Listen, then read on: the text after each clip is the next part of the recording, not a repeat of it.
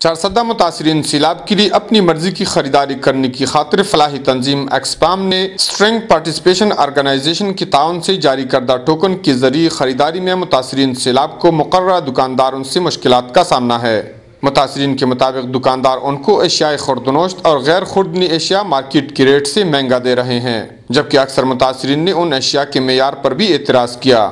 A news سے بات چیت کرتے ہوئے متاثرین نے کہا کہ فلاحی تنظیم کی جانب سے مقرر کردہ دکاندار ان کی مجبوری سے غلط فائدہ اٹھا رہے ہیں اور ٹوکن کے ذریعے غیر معیاری اشیاء کو مہنگے داموں فروخت کر کے متاثرین کو لوٹا جا رہا ہے۔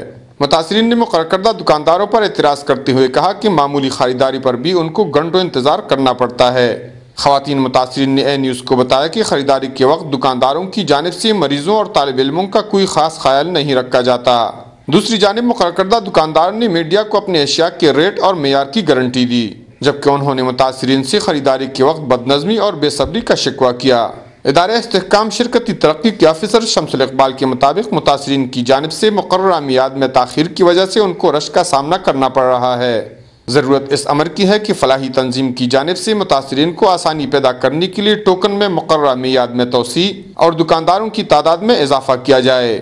کفایت اللہ، اے نیوز، چارسدہ۔